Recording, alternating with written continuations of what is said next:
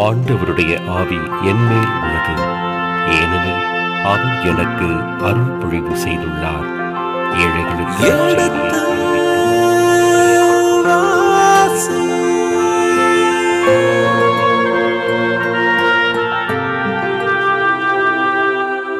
எடுத்து வாசி.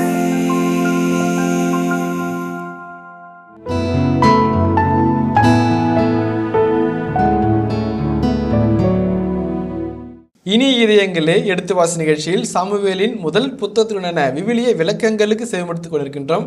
கடந்த பகுதியின் தொடர்ச்சியை இன்று தொடங்குவோம். வாருங்கள் நிகழ்ச்சிகள் செல்வோம்.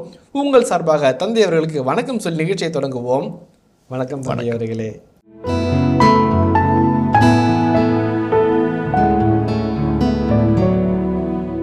சென்னையில் சில சமயத்தில் ரெக்டர் கூப்பிட்டு என்ன கராமரான்னு திட்டிகிட்டு இருப்பார். அப்படியாச்சு இப்படியாச்சு அதாச்சு இதாக திட்டுவார். டென்ஷனாக இருக்கும் கம்யூனிட்டியை. நான் போயிட்டு அந்த என் ஃப்ரெண்டுகிட்ட கேட்பேன், ரெக்டர் அவர் பிடிச்சி பயங்கரமாக திட்டினாராம், ரொம்ப டென்ஷனாக இருக்குது, எல்லோரும் பயந்துட்டு இருக்கிறாங்கன்னு. அவர் குவாய்ட்டாக சொல்லுவார், நான் தான் கிளப்பிட்டேன் டோன்ட் அப்படிம்பா. அப்படி இவ்வளோ பண்ணிட்டு சைலண்டாக இருக்கிறடா நீ அப்படிம்பா. 2 நாளைக்கு அப்படி தான் இருக்கும், பெரிய வெயிட் பண்ண ரிசல்ட்டை பாரு அப்படிம்பா. அதே அவன் சொல்ல மாதிரி நடக்கும். எதுக்குனாக்க ஒரு திட்டம் போட்டு கரெக்டாக அது இந்த பிரச்சனை கிளப்பி போட்டு அது ஒரு சொல்யூஷன் அரைவ் பண்ணுறது. ஆசிரியர் அழகாக இதில் செய்கிறார், ரொம்ப கேஷுவலாக பண்ணுறாரு.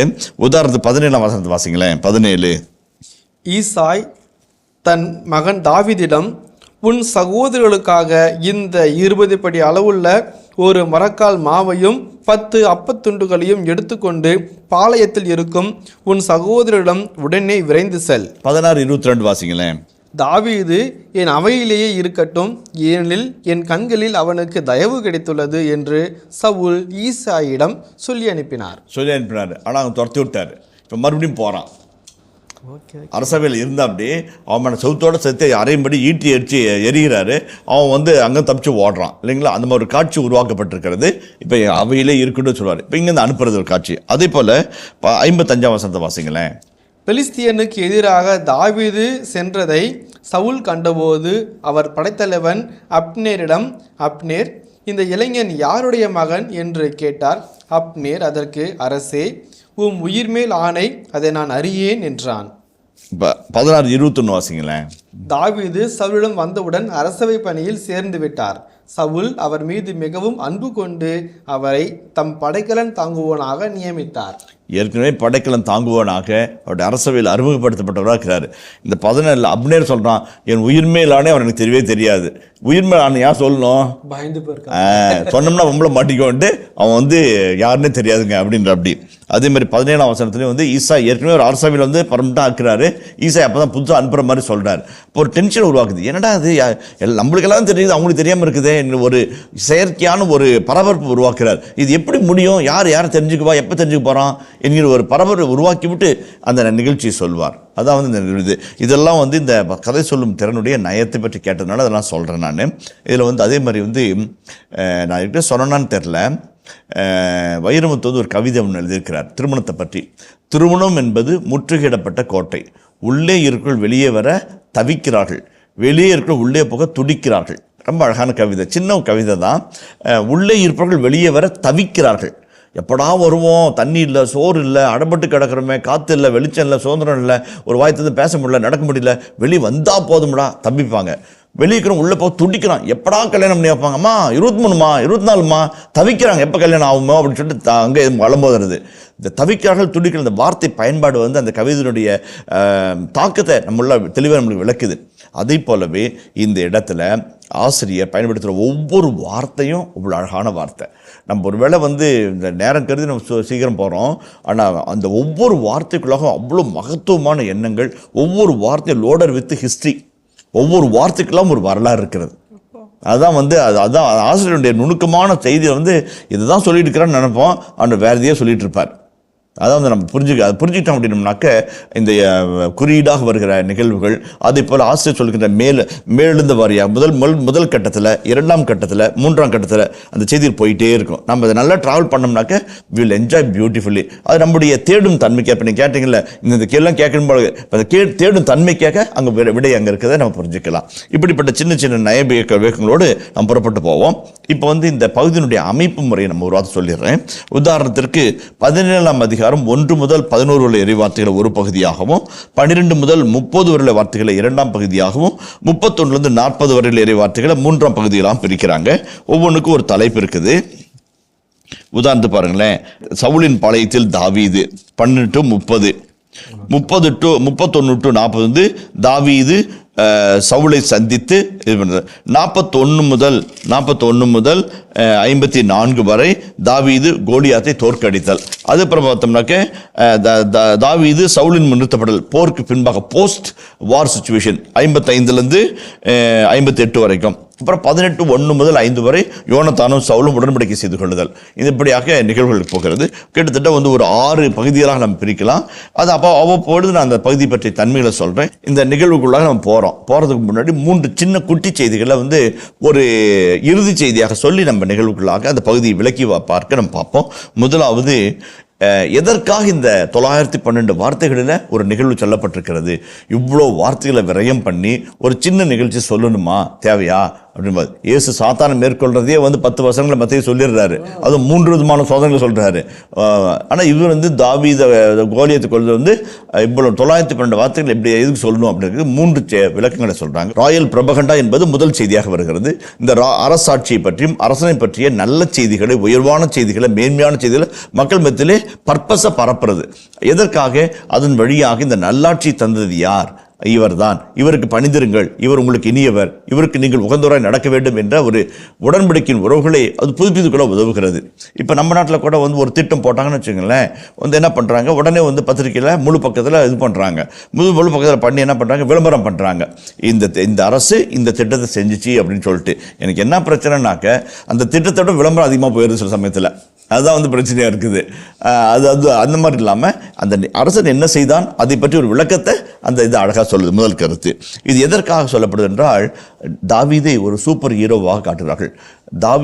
சவுல் தோற்று போன ஒரு ஹீரோ, டிஃபீட்டட் ஹீரோ, எ ஃபெயில்டு ஹீரோ, எ ஆன்டி ஹீரோ என்று நான்லாம் பார்த்தோம். இப்போ தாவீதை ஒரு கவுண்டர் கல்ச்சராக, மாற்று கலாச்சாரத்தின் மனிதராக காட்ட ஆசைப்படுகிறார். அந்த மாற்று கலாச்சார மனிதராக வரும்போது அவர் வீரர், அவர் அறிவாளி, அவர் நன்மைத்தனம் மிகுந்தவர், அவர் அன்பு கொண்டவர், அவர் தவறும்போது மன்னிப்பு கேட்கும் மனித மாண்பு மிக்கவர் என்றெல்லாம் சொல்லி அந்த ராயல் ப்ரோபகண்டா போயிட்டே இருக்கும். அதனால தான் இன்றைக்கும் இயேசுவே தாவீதின் மகனே என்கின்ற ஒரு மேன்மையான எண்ணத்திற்குள்ளாக தாவீதை வைத்து நாம் பார்க்கக்கூடிய மனநிலையை ஆட்சி உருவாக்குகிறார்.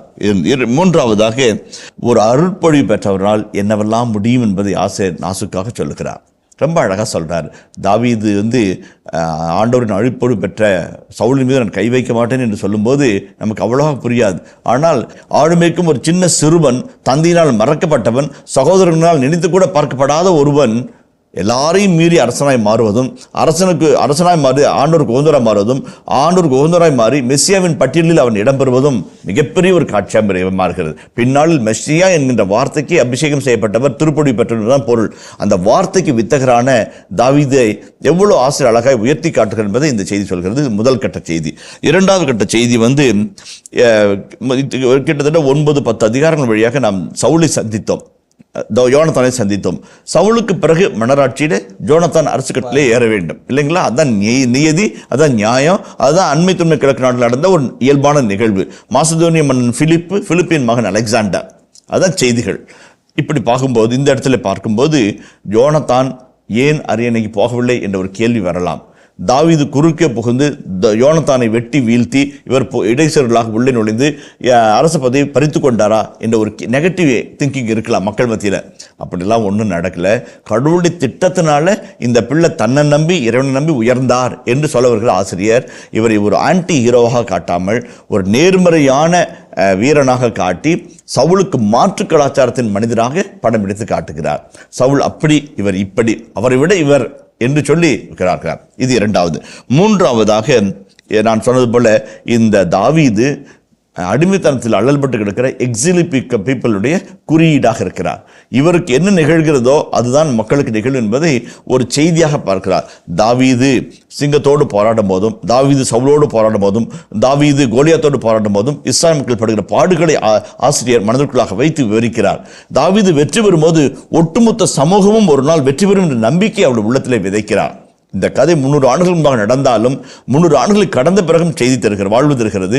அதை நாம் சரியாக புரிந்து கொண்டால் 2000 ஆண்டுகளுக்கு பிறகு வாழ்கிற நமக்கும் ஒரு செய்தியாக மாறும் என்பதை ஆசிரியர் நம்புகிறார். ஆகவே தான் இறை ஏவுதலோடு அந்த நிகழ்வை அவ்வளவு அற்புதமாய் நமக்கு விளக்கிச் சொல்கிறார். இந்த 3 நிலைகளில் இந்த ஆசிரியருடைய மனப்பாங்கை நாம் புரிந்து கொண்டோம் என்றால் இந்த கதை சொல்லப்பட்ட, இந்த நிகழ்வு சொல்லப்பட்டிருக்கிற இந்த இறை திட்டம் ஈடேறிய அற்புதமான மீட்பின் செயல்பாட்டை நம்ம தெளிவாக புரிந்து கொள்ள முடியும் என்பது தாழ்மையான கருத்து. இந்த சின்ன சின்ன விளக்கங்களோடு ஏதேனும் கேள்விகள் இருந்தால் கேளுங்க, நம்ம கேட்டுக்குவோம், இது பண்ணிக்குவோம். அதுக்கப்புறம் நம்முடைய செய்திகளுக்குள்ளாக நம்ம கடந்து போகலாம். நன்றி தந்தை அவர்களே. இந்த முன்னுரையில் எனக்கு எந்த கேள்விகளும் இல்லை தந்தை அவர்களே. இனி தொடரப் போகின்ற விளக்க உரைகளிலே எனக்கு ஒரு சில விளக்கங்கள் தேவைப்படும் என்பதை முன்கூட்டியே சொல்லிவிட ஆசைப்படுகிறேன் தந்தை அவர்களே. குறிப்பாக இந்த ஒரு போர் சூழலை விவரிக்கின்ற இந்த பகுதியில் இவர்களுடைய இடம், பெலிஸ்தரிடம் என்னவாக இருந்தது, இஸ்ரேல் இடம் என்னவாக இருந்தது, எந்த இடத்திற்கு நிறைய வாய்ப்புகள் இருந்தன, எந்த இடம் வாய்ப்புகளின் பிரகாரம் அவர்களுக்கு ஏதுவாக இருந்தது என்பதெல்லாம் அறிந்து கொள்ள ஆரம்பிக்கின்ற தந்தை அவர்களே. அதே போன்று பெலிஸ்தரிடத்தில் நிறைய போர்க்கருவிகள் இருந்ததை போன்று நாம் வாசிக்கின்றோம். இன்றைய காலகட்டத்தில் ஏதாவது ஒரு அறிவு இருக்கின்றது என்றால் அதை அவர்கள் கார்ப்பரேட் என்று ஏற்கனவே நீங்கள் சொல்லிவிட்டீர்கள், இதை அவர்கள் தங்கத்தாக்கி கொண்டார்கள். இன்றைய காலகட்டத்தில் நாம் அதை எல்லோருக்கும் கொடுக்கின்றோம். இந்த ஒரு தனத்தை அவர்கள் மட்டும்தான் அந்த நேரத்தில் இந்த இரும்பை பற்றிய கண்டுபிடிப்பு அவர்களுக்கு மட்டும்தான் இருந்ததா, உலகத்தில் வேறு எங்கேயுமே இல்லையா என்ற ஒரு கேள்வி இருக்கிறது தந்தை அவர்களே. அதே போன்று இந்த பெலிஸ்தர்கள் பயன்படுத்திய அந்த போர் தற்காப்பு கருவிகள், வாளா, ஈட்டியோ, எரி ஈட்டியோ, மேல் கவசமோ, கை கவசமோ, மார்பு கவசமோ, செருப்புகளோ, எல்லாவற்றையுமே இவர்கள் சொல்லுவது போன்று எப்படி மிகவும் நேர்த்தியாக செய்தார்கள் என்ற ஒரு கேள்வி இருக்கின்றது தந்தை அவர்களே. அதே போன்று வருகின்ற நேரங்களில் தாவீது உபயோகப்படுத்துகின்ற ஒரு வார்த்தை, கோலியாத் உபயோகப்படுத்துகிற ஒரு வார்த்தை, அந்த 2 வார்த்தைகள் என்னவென்று பார்க்கின்ற பொழுது கோலியாத் சொல்லுவார், நீங்கள் சவுலின் அடிமைகள் என்று சொல்லுவார். ஆனால் தாவீது எல்லாம் வென்று முடித்த பின்பு நான் அடியான் என்று சொல்லுவார். அடிமை என்றால் என்ன, அடியான் என்றால் என்ன, இந்த கருத்துக்கு மத்தியிலே நாம் எப்படி பயணிப்பது என்ற ஒரு தெளிவு தேவைப்படும் தந்தை அவர்களே. இதனோடு சேர்ந்து இதில் இருக்கின்ற நையாண்டு என்ன என்பதையும் நான் மிகவும் ஆர்வமாக எதிர்பார்க்கிறேன் தந்தை அவர்களே. இப்போ நீங்கள் கேள்வி கேட்டது நல்லா தான் இருக்குது. ஆக்சுவலாக என்னுடைய வகுப்பறையில் நான் ஒரு 20 ஆண்டுகளாக நான் பயன்படுத்துகிற ஒரு முறை என்னவென்றால், சகோதரர்கள் மொத்தம் இது 30 வகுப்புகளில் இந்த புத்தகத்தை முடிக்கணும். எல்லாம் யோசுவாவிலிருந்து மக்கபேர் ஆகமத்து வரைக்கும் இருக்கிற வரலாற்று நூல்களை 30 வகுப்புகளில் முடிவு செய்ய வேண்டும். அதனால் என்ன பண்ணுவேன், பிறர்கள் ஒவ்வொரு வகுப்பு வரும்போது 10 அதிகாரங்கள் படிச்சுட்டு வரணும். 10 அதிகாரங்களை படிச்சுட்டு சுருக்கமாக அது 5 வரிகளில் 6 வரிகளில் ஒவ்வொரு அதிகாரம் சுருக்கி ஒரு 10 அதிகாரத்துக்கு 10 லைன் எழுதிட்டு வா அப்படிம்பேன். கிளாஸ் ஆரம்பிக்கும்படி அது சுருக்கமாக சொல்லிட்டு அதுக்கப்புறம் விளக்க சொல்லுவேன். ஏன்னாக்க இந்த நிகழ்வை நம்ம சொன்ன பிற்பாடு படிக்கிறத விட சொல்கிறதுக்கு முன்னாடி படிச்சுட்டு நிறைய தெளிவுகள் பிறக்கும், கேள்விகள் பிறக்கும். கேள்வியுடைய தெளிவுகள் விளக்கம் கொடுக்கும்போது ஓ அதனால தானே இதா அப்படின்னா சொன்ன பிற்பாடு நம்ம போய் படித்தோம் அப்படின்னோம்னாக்க புரியும். ஆனால் அது அவ்வளோ ரசிக்க முடியாது இல்லைங்களா? அப்போ எப்படி நம்ம விமர்சனம் படிச்சுட்டு படம் பார்க்குறதுக்கும் படம் பார்த்த பாடு விமர்சனம் படிக்கிறதுக்கும் வித்தியாசம் இருக்குது. அதே போல் ஒரு விமர்சனம் படிச்சுட்டு நம்ம படத்துக்குள்ளே போனோம் அப்படின்னாக்க இன்னும் அப்படி அங்குலமாக ருசிக்கவும் என்ஜாய் பண்ணவும் நம்மளால் முடியும் என்பது தகருது. அந்த வகையில் தான் உங்களுடைய கேள்விகளை நான் பார்க்குறேன். நீங்கள் படிச்சிருக்கிறீங்க, டெக்ஸ்ட்டை படிச்சிருக்கிறீங்க, அதோட நுணுக்கங்கள், என்னுடைய அந்த நுணுக்கங்கள் நீங்கள் கவனிச்சிருக்கிறீங்க. அந்த நுணுக்கமான வாசிப்பில் வருகின்ற சந்தேகங்களுக்கான விடைகளாக இந்த விளக்கங்களை பார்ப்போம். ஒரு விளக்கங்கள் இது வரல அப்படின்னாக்க மீண்டும் இந்த கேள்விகளுக்காக நம்ம வருவோம். சரிங்களா? இப்போ 1 சாமுவேல் 17ஆம் அதிகாரம் 1 முதல் 11 உள்ள இறை வார்த்தைகள் நம்ம எடுத்துக்கொள்வோம். இந்த துவக்க நிகழ்வுகளாக நம்ம இதை பார்க்குறோம். 1 சாமுவேல் 17 1 முதல் 11 வார்த்தைகள். அதில் ஃபர்ஸ்ட் 3 வார்த்தைகள் நம்ம வாசிப்போங்களேன். பெலிஸ்தியர் போருக்கு படைகளை யூதாவிலுள்ள சோக்கோவிலில் ஒன்று திரட்டினர்.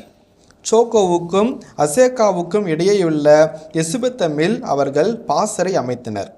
சவுலும் இஸ்ரேல் மக்களும் ஒன்று திரண்டு ஏலா என்ற பள்ளத்தாக்கில் பாசறை அமைத்து பெலிஸ்தியருக்கு எதிராக போரிட அணிவகுத்தனர். பெலிஸ்தியர் அப்பக்கம் ஒரு மலையின் மீதும் இஸ்ரேலர் இப்பக்கம் ஒரு மலையின் மீதும் நின்றிருக்க அவர்களுக்கு நடுவே பள்ளத்தாக்கு இருந்தது.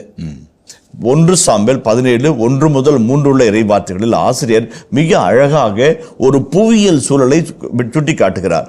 ஒரு ஜியாகிரபிக்கல் கான்டெக்ட் கொடுக்கிறார். அதுக்கப்புறம் வரலாற்று சூழலை ஹிஸ்டாரிக்கல் கான்டெக்ட் சொல்லுவார். அப்புறம் லிட்டரரி கான்டெக்ட் கொண்டு போவார். இந்த 3 நிகழ்வுகளையும் படிப்படியாக அடுக்கி நம்மை ஒரு சூழலுக்கு தயாரிக்கிறார். அது குறிப்பாக இப்போ நம்ம அடிக்கடி சொல்லுவேன், இந்த ட்ரோன் கேமரா அப்படி டாப் ஆங்கிள் அப்படி கேமரா அப்படி காமிச்சு அப்படி க்ளோஸ்அப்பில் வந்து வீட்டுக்குள்ளே போந்து வீட்டில் வந்து அம்மா சமைக்கிறத போய் அப்படி நிறுத்தோம் கேமரா. அதே போல் அந்த மலைகள், பள்ளத்தாக்கள், அப்புறம் தென்மேற்கு பகுதியில் உள்ள யூதாவினுடைய பகுதிகள், எருசலேமிலிருந்து 14 மைல் தொலைவில் இருக்கிற ஒரு நிலப்பகுதி அவர் சுட்டி காட்டி, இந்த பள்ளத்தாக்கின் இந்த மலை மேலும் நடுவில் பள்ளத்தாக்கு இந்த பகுதியிலும் எதிரும் புதிருமாய் அந்த படைவர்கள் இருப்பதை படம் எடுத்து காட்டுகிறார். உதாரணத்துக்கு பார்த்துங்களேன், 2 குறிப்பேடு 17:7 வாசிங்களேன். அவர் தமது ஆட்சியின் 3ஆம் ஆண்டில் யூதா நகரில் போதிக்கும் பொருட்டு தலைவர்களான பெண் கையில் ஒபதியா, செக்கரியா, நத்தானியேல், மிக்காயா ஆகியோரையும், லேவியரான செமாயா, நெத்தானியா, செபதியா, அசாவேல், செமிரமோத், யோனத்தான், அதோனியா, தொபியா, தோபு அதோனியா ஆகியோரையும், குருக்கள் எல்சாமா, யோராம் ஆகியோரையும் அனுப்பி வைத்தார். அதே போல 28:18 வாசிங்களேன். பெலிஸ்தியர் யூதாவின் சமவெளி நகர்களும் தென்பகுதிக்கும் எதிராக எழுந்து பெசமேசு, அயலோன், கெதரத்து ஆகியவற்றையும், செக்கோவையும் அதன் சிற்றூர்களையும், திம்னாவையும் அதன் சிற்றூர்களையும், கிம்சோவையும் அதன் சிற்றூர்களையும் கைப்பற்றி அங்கே குடியேறினர். யூத மக்களுடைய குடியேற்றமா இருக்கிறது. அந்த இடத்துல பாருங்க, ஏலாவும் இருக்குது, அந்த சுக்கோத்தும் வருகிறது, அப்புறம் தெரபிரிந்த் ஆங்கிலத்தில் சொல்லப்பட்ட அந்த பகுதியும் இருக்கிறது. 21:10 வாசிங்களேன். 21:10 1 சாமுவேல் 21:10. பிறகு தாவீது எழுந்து அந்நாளில் தப்பியோடி காத்தின் மன்னன் ஆக்ஸிடம் சென்றார். ஆக்ஸின் அலுவலர்கள் அவரிடம், இவன் இஸ்ரேல் நாட்டு அரசன் தாவீது அன்றோ? சவுல் 1000 பேரை கொன்றான், தாவீதோ 10,000 பேரை கொன்றான் என்று பெண்கள் நடனமாடி தங்களுக்குள் பாடிக்கொள்ளவில்லையா என்றனர். ஓகே, தாவீது தப்பிது ஓடுறதும் வந்து இந்த பிலிஸ்தருடைய படைப்பகுதியில் பிலிஸ்தர்கள் அந்த பகுதியில் இருந்தாங்க. அந்த எல்லை பகுதியில் வந்து இஸ்ரேல் மக்களை தாக்குவதற்கு அணிவகுத்து படை திரண்டிருக்கிறார்கள். நடுவில் பள்ளத்தாக்கு இந்த பகுதியில் வந்து இருக்காங்க. இது எல்லாமே வந்து ஏலா பள்ளத்தாக்கில் அந்த சுக்கோத் என்கிற அந்த இடத்துல இந்த போர் நடக்கிறது. ஆக எதுக்காக சொல்ல வர்றாருனாக்க, இந்த ஒரு சூழல் வந்து இஸ்ரேல் மக்கள் கண்டு கழிக்கிற இடம். ஆமாம், இந்த இடம் இருக்குது, ஓ இங்கே தான் நடந்துச்சோ அப்படின்னு மக்கள் நினைப்பார்கள். அது 2000 ஆண்டுகளுக்கு பின்பு இப்போ பார்த்தாலும், அல்லது 100 ஆண்டுகளுக்கு பிறகு அப்போ பார்த்துருந்தாலும், அல்லது நாடு கடத்தப்பட்ட பிறகு 560 550 பார்த்தாலும், 400 ஆண்டுகளுக்கு பிறகு பார்த்தாலும் அவளுக்கு நினைவுகள் இவ்வளோ வரும். அப்போ அது ஹிஸ்டாரிக்கல் என்டிட்டி அதான் இருக்குது, அது அந்த பகுதியை சொல்லுகிறது. அதில் வந்து இன்னும் ஒரு சின்ன செய்தி இருக்குது.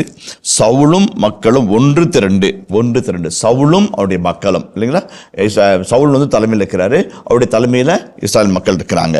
அதேமாதிரி பெலிஸ்தியர் அப்பக்கம் மலையின் மீதும் இஸ்ராயல் ஒரு பக்கம் மலையின் மீதும் நின்றுக்க இவர்கள் நடுவே பள்ளத்தாக்கு இருந்தது. அப்போ அழகான ஒரு பியூட்டிஃபுல்லான ஒரு பனோரமிக் சீனை பண்ணார். இங்கே ஒரு பெரிய மலை, இந்த மலை முகட்டில் சவுலும் சவுளுடைய மக்களும், இந்த பக்கம் வந்து பிலிஸ்தருடைய தலைவனாகிய கோலியாத்து, நடுவில் ஒரு பள்ளத்தாக்கு. இப்போ சண்டை எங்கே நடக்கும் போது பள்ளத்தாக்கு நடக்கும். இவன் இங்கேருந்து இறங்கி வரணும், ஆக்ரோஷமாக தாக்கிக்கணும், திரும்பி போவாங்க. யார் ஜெயிச்சாங்களோ அந்த பகுதியை ஆக்கிரமிப்பாங்க. இதான் காட்சி அமைப்பு. அழகான ஒரு சூழல், ரொம்ப அழகாக நேர்த்தியாக இடம் பொருள் ஏவல் 3 சொல்லி ஆசைப்படுகிறார். 4ஆம் வசனத்தை வாசிப்புமே. 4 முதல் 7 வரையிலே வார்த்தைகளில் இப்போ வந்து பிலிஸ்தருடைய படையை பற்றியும் படையினுடைய இடத்தை பற்றி சொன்னவர் படை மனிதர்களை பற்றி பேசுகிறார். அப்பொழுது காத்து நகரை சார்ந்த கோலியாத்து என்ற வீரர் பெலிஸ்தியர் பாசையிலிருந்து புறப்பட்டு வந்தான். அவன் உயரம் 6.5 முழம். அவன் வெண்கல தலைக்கவசமும் 57 கிலோ எடையுள்ள வெண்கலத்தால் ஆன மீன் செதிலை போன்ற ஒரு மார்பு கவசமும் அணிந்திருந்தான். கால்களில் வெண்கல கவசமும் தோள்களுக்கிடையில் வெண்கல எரிவேலும் அவன் அணிந்திருந்தான். அவனது ஈட்டி கோல் தறிக்கட்டை போல் பெரிதாயிருந்தது. அவனது ஈட்டியின் முனை 7 கிலோ இரும்பால் ஆனது. அவனுடைய கேடயம் தாங்குவோன் அவனுக்கு முன்பாக நடப்பான். இப்போ வந்து கோலியாத்தினுடைய நிலைகளை பற்றி அவர் சொல்லுகின்றார். இப்போ வந்து த நேம் கோலியாத் வந்து 2 சாமுவேல் 21:19 வாசிங்களேன். மீண்டும் ஒரு முறை கோபில் பெலிஸ்தியரோடு போர் நடந்தது. பெத்லகேமை சார்ந்த யகாரே ஊர்கிமின் மகன் எல்கானான் கித்தியனான கோலியாத்தை கொன்றான். கோலியாத் என்ற பெயர் வந்து விவிலியத்தில் இடம்பெற்றிருக்கிறது. நம்ம ஏற்கனவே பார்த்தோம். 2 சாமுவேல் 21:19 எல்கானன் கோலியாத்தை கொன்றான் என்ற ஒரு செய்தியை நம்ம பார்த்தோம். இப்போ அந்த கோலியாத் என்ற பெயரே வந்து பிலிஸ்திய பெயர் தான். அனட்டோலியா என்ற பகுதியில் வாழ்கிற பல மனிதர்கள் இப்படிப்பட்ட பெயரை வைத்திருந்தார்கள் என்பதும் அந்த கல்வெட்டுகளிலே கோலியாத் என்ற பெயர் கொலையாத் என்று பொறிக்கப்பட்டிருக்கிறதையும் வரலாற்று அகழ்வாய்ச்சி ஆராய்ச்சியிலே நிரூபித்திருக்கிறார்கள். ஆக காத் என்கின்ற அந்த 10 இஸ்ரேல் இருக்கின்ற 10 பிலிஸ்தீன நகரங்களில் பென்டாபோலிஸ், டெக்காபோலிஸ் என்பார்கள். டெக்கா என்றால் 10, பென்டா என்றால் 5. இந்த 10 நகரங்கள் பிலிஸ்தீன நகரங்களாக இஸ்ரேல் மக்களுடைய கடல் பகுதியில் கீழ்ப்பகுதியில் இருந்துச்சு. அதில் ஒரு பகுதி தான், ஒரு ஊர் தான் வந்து காத்து. அந்த காத்தை சார்ந்த கோலியாத்து என்று அவர் குறிப்பிட்டு சொல்வதன் மூலமாக அந்த அவருடைய பற்றிய செய்தி சொல்றார். இவர் பிலிஸ்தியர் இந்த காத்திலிருந்து வர்றார். முதலாவது. ரெண்டாவது வந்து ஆசிரியர் அவரை பற்றி சொல்லும்போது 3 விதங்களில் 3 நிலைகளில் அவர் விவரிக்கிறார். ஒன்று பிசிக்கல், இரண்டாவது சோசியாலஜிக்கல், வெப்பனரி, தேர்டு வந்து சைக்காலஜிக்கல். 3 நிலைகளில் கோலியாத்தை படம் பிடிக்கிறார். கோலியாத்தினுடைய உயரத்தை மட்டும் அவர் சொல்லவில்லை, அவருடைய ஆளுமையை சொல்லுகிறார். ஆளுமை மட்டும் சொல்லவில்லை, அவருடைய ஆயுதத்தையும் சொல்லுகிறார். புரியுங்களா? அப்போ 3 நிலைகள் ஆசை விவரிக்கிறது என்பதற்காக என்றால் எவ்வளோ பெரிய ஒரு வீரனை, எவ்வளோ பெரிய ஒரு எதிர் சக்தியை இந்த சின்ன பையன் தாவீது எதிர்கொள்ள இருக்கின்றதை முதல் வார்த்தைகளில் நம்மளிடம் சொல்லுகிறார். எப்போ அவனுடைய உயரம் எவ்வளோ பாருங்க, 6.5 முழம். இப்போ வந்து உதாரணத்துக்கு விவிலியத்தில் எண்கள் என்பவை சற்று குறியீட்டு எண்களாக இருக்கிறது. அதே மாதிரி பல 1 குறிப்பேட்டில் 10 அதிகாரங்களுக்கு தொடர்ந்து எண்களாக இருக்கும், எண்களாகவும் தலைமுறை பட்டியலாகவும் இருக்கும். அதே போல் அது எப்படி என்பது என்பதற்கு இன்றைக்கு வரைக்கும் பல இடங்களில் பல விடைகளை சொல்கிறார்கள். இந்த 6.5 முழம் என்பது எதற்காக சொல்கிறது என்றால் 6.5 முழம் இருக்குமா என்பது தெரியவில்லை. ஆனால் ஒன்று நிச்சயம், இப்படிப்பட்ட உயரமான திடகாத்திரமான பரந்த மார்பும் அகண்ட தோள்களும் கொண்ட வலிமையான மனிதர்களை தேர்ந்தெடுத்து இன்றைக்கு எப்படி கமாண்டோக்கள் என்கின்ற ஒரு தடை ஸ்பெஷல் பிரிவு, Z பிரிவு அல்லது பிளாக் கேட்ஸ், கமாண்டோஸ் என்றெல்லாம் நம்ம படை வீரர்களை உருவாக்குறோமோ அதை போல அளவிலும் உயரத்திலும் வலிமையிலும் சிறந்த மனிதர்களை தேர்ந்தெடுத்து சிறப்பு பயிற்சி அளித்து அவளை சிறப்பு போராளிகளாக வைத்திருந்தார்கள். அது பல சான்றுகள் விடுத்து இருக்கிறது. அண்மை தொன்மை கிழக்கு நாடுகளில் இருந்த போர் பயிற்சியினுடைய நிலைகளில் ஒன்றாக இருந்திருக்கிறது. அந்த வகையில் பார்க்கின்ற பொழுது எல்லாரையும் விட உயர்ந்தவன் என்று சொல்வது போர் வீரனுக்கே உரிய குணம். உங்களுக்கு 2 நினைவிருக்கும், சவுலை பற்றி சொல்லும் போது அவர்கள் எல்லாவற்றிலும் சவுல் உயர்ந்தவராக இருக்கிறார், மற்ற அனைவருடைய தோல் அளவுதான் இருந்தார்கள் என்று சொன்னார். இப்போ உயரமும் வலிமையும் என்பது போர் வீரனுக்குரிய ஒரு அழகு லட்சணமாக ஆசிரியர் பார்க்கிறார். அந்த வகையில் 6.5 முழம் என்று உயர்வு நம்பிக்கையாக சொல்லும் போது பெரிய ஆளுப்பா என்பதைத்தான் அவர் உயர்வு 6.5 முழம் என்று சொல்கிறார். முதலாவது, பிசிக்கலி இஸ் மைட்டி. இரண்டாவது, அவனுடைய வெண்கல தலைக்கவசம் 57 கடையுள்ள வெண்கலத்தின மீன் சிதலை போன்ற மார்பு கவசம். தலைக்கு வந்து வெண்கல தலைக்கவசம், 57 கிலோ எடையுள்ள மீன் செதிலை போன்ற ஒரு மார்பு கவசம். ஈட்டி அடித்தாலும் அம்பு பஞ்சாலும் ஒன்றும் பண்ண முடியாது, ப்ரொடெக்டிவ் ஃபோர்ஸு. அதே போல் கால்களில் வெண்கல கவசமும் தோள்களுக்கிடையே வெண்கல எரிவேலும் அவன் அணிந்திருந்தான். ஈட்டி கோல் தறிக்கட்டையை போல பெரிதாக இருந்து. இப்போ நெசவு பண்ணுறாங்க இல்லைங்களா, நெசவில் தறிக்கட்டை ஓடும். தறிக்கட்டை வந்து ரொம்ப வலிமையாக இருக்கும். அது அங்கே டக்குன்னு அடிக்கல வந்து உடையாமல் இருக்கணும், வலிமையாகவும் அதே சமயத்தில் வந்து பருமனாக இருக்கும். அந்த இது அது சொல்லுது.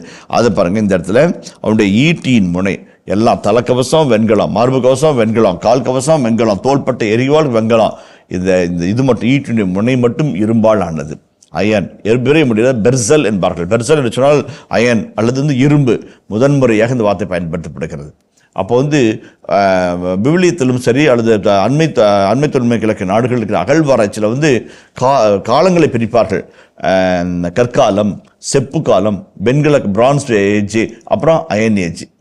அயன் ஏஜ் வந்து iron age 1, iron age 2, iron age 3 என்று பிரிப்பார்கள். அந்த வகையில் பார்க்கின்ற பொழுது இந்த கோலியாத்து வருகின்ற பொழுது அயன் ஏஜ் ஆரம்பமாகிறது. அந்த பிரான்ஸை இரும்பை பயன்படுத்துகிற ஒரு தன்மை வந்து விட்டது. நீதித்தலைவர் புத்தகம் நம்ம பார்த்தோம், அந்நாட்களில் ஈட்டியோ அல்லது அம்போ ஆயுதங்களையோ அல்லது மண்வெட்டியோ கடப்பாறையோ கூர்மைப்படுத்துவதற்கு அவர்கள் பிலிஸ்தீனிடம் தான் போக வேண்டி இருந்தது என்று ஒரு வார்த்தையை வந்து நம்ம பார்த்தோம், நீதித்தலைவர் புத்தகத்தில் பார்த்தோம், போர் முறைகள் சமயத்தில். அப்போ பார்க்கும்போது இரும்பை முதன்முறையாக பயன்படுத்துகிற பிலிஸ்தீனர்கள் இருந்திருக்கலாம் என்ற ஒரு செய்தியும் நம்ம இங்கே அறிந்து கொள்கிறோம். முதன்முறையாக அது படைக்கருவியாக பயன்படுத்தப்படுகிறது என்பதையும் அது வலிமையுள்ள கருவியாக இருக்கிறது என்பதையும் பண்ணாங்க. உதாரணத்துக்கு தாவீது பின்னாட்கள் அபியாத்தருடைய சிறப்பு வழிபாட்டில் பங்கேற்ற பிறகு எனக்கு ஆயுதம் ஏதாவது இருக்கிறதா, இங்கே கிடைக்குமா என்று அவர் கேட்பார். அபியாத்தர் சொல்வார், இங்கே இப்போ பிலிஸ்தீனருடைய கோலியாத்தினுடைய போர்வாள் இருக்கிறது, வேண்டுமா என்பார்.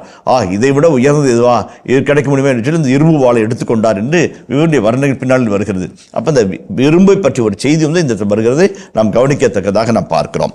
இது இரண்டாவது. மூன்றாவதாக அவனுடைய கேடயம் தாங்குவோன் அவனுக்கு முன்பாக நடப்பான். இது வந்து செக்யூரிட்டி ஃபோர்ஸ் இல்லைங்களா. ஒரு சிஎம் வர்றாரு, ஒரு பிஎம் வர்றாரு, கலெக்டர் வர்றாரு, டவாலி மண்டி போயிட்டே இருப்பாரு. அவர் வந்து அரைக்கோள் விடுகிறாவும் மதிப்பு பெற்று தருகிறாவும் அவருடைய வல்லமை பறைசாற்றுகிறாவும் அந்த வருவார், அவர் போறாரு. இனிய இதயங்களே, எடுத்து வாசி நிகழ்ச்சியில் சாமுவேலின் முதல் புத்தகத்துடனான விவிலிய இறை வசனங்களுக்கு செவிமடுத்துக் கொண்டிருக்கின்றோம். இதன் தொடர்ச்சியை மீண்டும் அடுத்த பகுதியில் பார்ப்போம். அதுவரை இணைந்திருங்கள். இயேசுவுக்கே புகழ், இயேசுவுக்கே நன்றி, மரியே வாழ்க. அச்சுறுத்தும் வார்த்தைகளினாலே அவர்களை அச்சத்திற்கு உள்ளாக்குறான். அவர்களும் அச்சப்பட்டு கலங்கி நடுங்கி நிற்கிறார்கள். 6.5 முழம் என்று சொல்ல முடியாக உடல் வலிமை மிக்கவன்.